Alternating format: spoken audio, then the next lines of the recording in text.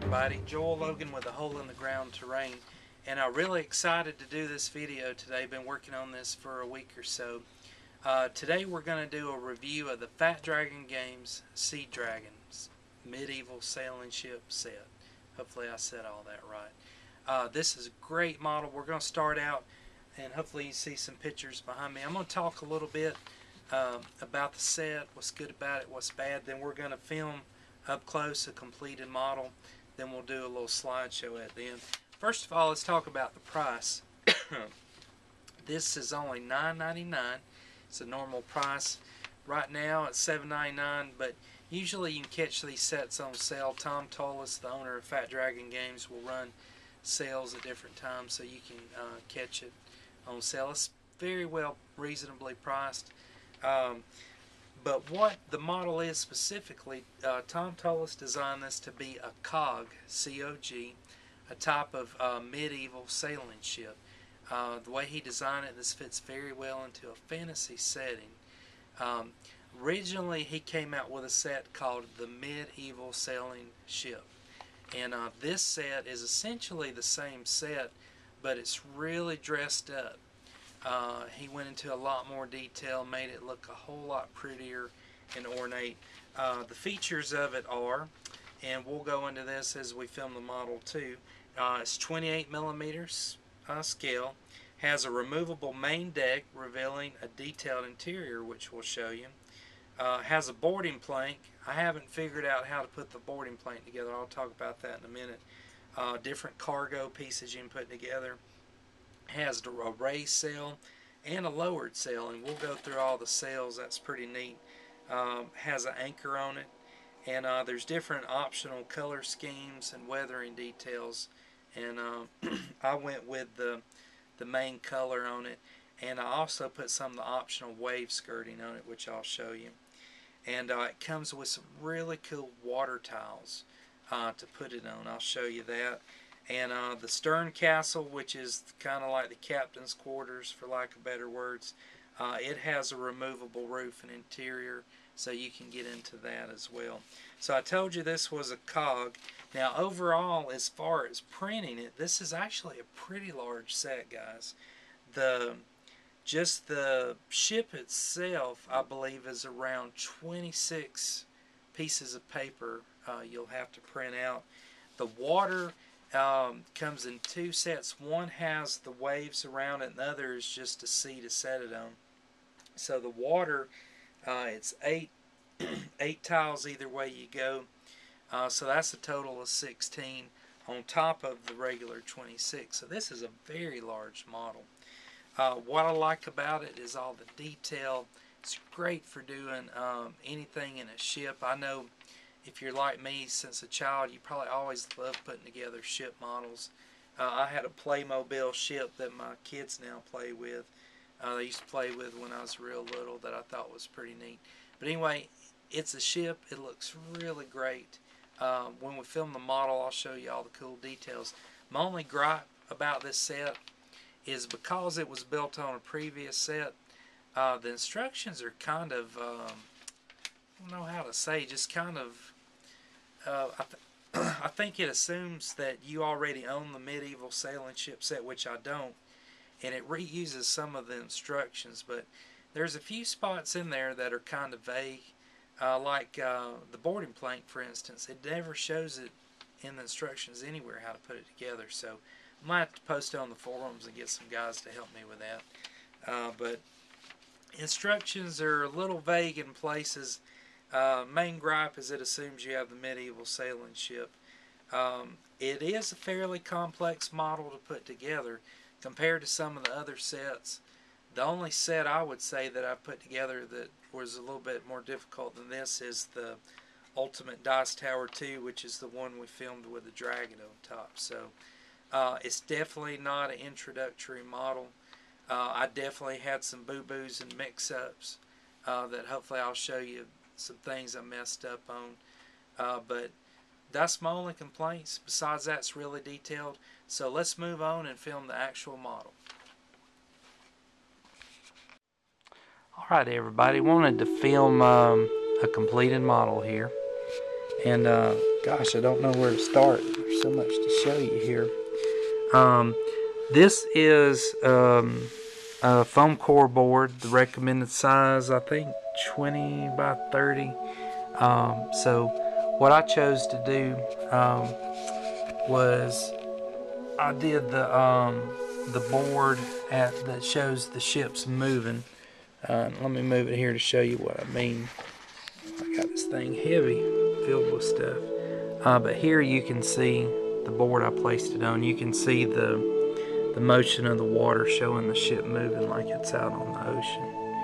And but the first thing here, of course, one of the neat things is this model comes apart in so many ways for you to have a game on.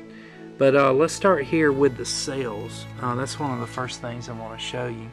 Of course, this is a Sea Dragon, so there's the Sea Dragon sail. Let's take the crow's nest off of here. The way Tom Tullis designed this is pretty neat, and he designed it where the sail doesn't stay on there. Hopefully you can see this little piece here. Now, one of the most difficult pieces of this model, and the instructions are pretty good on this part, you've got to get this little fold here exactly right for the sail to work. But you make this little loop piece that basically goes on the mast like this here. See if I can do this and film it at the same time. And of course that's what holds it on. So the neat thing about it is you can have different sails. Now this is one under the free section of Fat Dragon Games website. For instance, you can also put a pirate sail on it. So let me show you the pirate sail.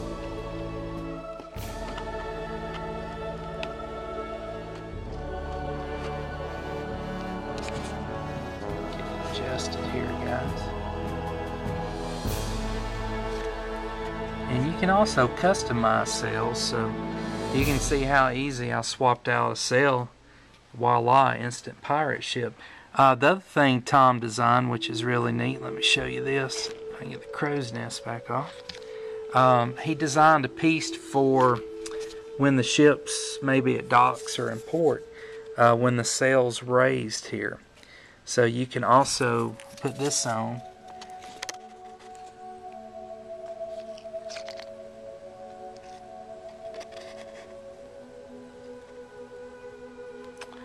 And there you go. You got it with raised sails. Alright, now one of the things I did not do, and let's walk over here and grab it real quick,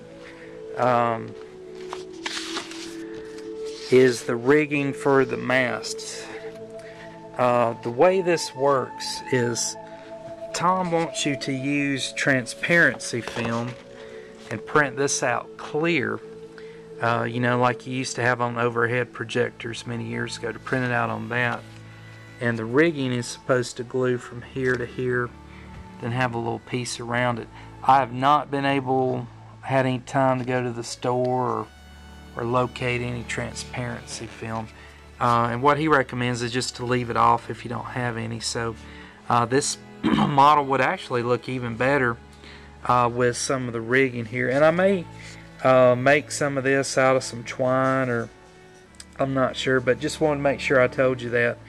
A lot of us, it's not something we keep around, and a pack of that stuff can be expensive. I was looking on Amazon, found some fairly cheap, but anyway, the sailing or the sail options on here are really neat. Let's put the Sea Dragon sail back on there. I really like that one. And put our crow's nest back on. So let's look here. Now here's another gripe. It's not really a gripe, but something to point out. The piece in the front is very flimsy, and it's only a matter of time before I'm sure it breaks. The way it's designed is it's slotted, and Tom recommends not even actually gluing this in, but maybe coming up with a permanent, maybe if I could find a piece of a model or something to stick there. So I will tell you that's kind of flimsy there, but very sturdy model. You can see I loaded it down with some miniatures for a picture here. And I think I may get my terms mixed up. Let's see here. This is the stern castle, otherwise known as the captain's quarters. Let me pull the model a little bit closer here. So one of the neat things about this ship, and we'll take it all apart here, is it comes apart. So this roof piece here, it's a little difficult to put on and off, but it lifts up to reveal, and inside now I've added some different terrain pieces here, but hopefully you can see here what it looks like. So if you're running a game or something, man, you've got so many options to have combat going on out here. So that lifts up there and it gives you a little more area there. See if I can get it put back on here. It's a tight fit, so see if I can get it on. Okay, so I got that put back on. Now, the cool thing about this ship, and one of the features of it, is the main deck lifts up. So let me show you that. See if I can film it. Now I've got miniatures on here, so this might be awkward. Don't want to dump my miniatures. Now in the instructions, you want to mount this, and it was kind of tricky, but you've got to mount the top deck on a piece of foam core board. Hopefully you can see that there. Now, word to the wise, you are going to have to customize this to fit your completed model. I would dare say that when you glue this stuff together, no two models are going to come out the same. So I've set this off to the side here, but you're going to have to file on the foam core board here, especially in the back. I had to do a lot. I've got a metal file. I had to do a lot of filing work here so that this slips down fairly easily and stays. So let's look at the interior of the model. And now I've put a lot of stuff in here just to dress it up. But you've got a piece here that's to represent the mast. But you got two little areas with some doors here. And it comes with some cargo. Of course, I've used some of my Herstarts pieces, Jordan Forge. So I've got all sorts of little pieces put in here for show. But it's really neat. Once again, it gives you some more room to have combat going on or in a game. So that's a really neat piece. Let me flip it around here. Now I could have put it back a little bit further. It does come with a little anchor. Of course, I believe this is the rudder back here. Now, one thing I did, and just like the top deck, they want you to mount it. Let me raise it up in here and show you here. This is also mounted on foam core board here. So the bottom part of the ship needs to be mounted as well. And if you don't, you have to mount it to make the model go flat, if that makes sense. Otherwise, it's kind of raised in the front and the back because it needs to be glued to something flat and pressed down. Now, this was optional, but it came with some water skirting, and I went around the whole model with the skirting here. This did two things. I think it looks really cool. Gives the water a 3D effect, especially from a distance. And it filled in any gap between the ship and the foam core board. But the foam core board, to me, isn't optional. That really makes the model a whole lot more sturdier. So we went over the sails. We went over the front piece here.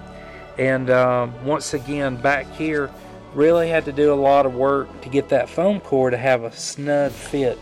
Now, it may take me a minute here. I've got all these miniatures on here and they're probably going to fall over. But let's see if we can insert this back in. Now, the front piece of the ship is going to tuck underneath that piece there. So the way you insert it, see if I can do this without dumping all my miniatures. Is the front piece slipped in. Now you can see how I have worked on this to make it fit just right. And let's see if I got it fit in. Yep, actually poke it in just a little bit here. But You got to really do some work back there. But guys, stay tuned. I'm going to do a little photo slideshow with this. And if you're like me, you're a big kid, and what big kid doesn't love models of ships? This is a really great set. Like I said, my only complaint, the instructions were a little vague. This piece here is a little bit flimsy. And of course the rigging, you're going to need some transparency paper, which I haven't had a chance to do. But going to film it a little more, then we're going to do a little slideshow.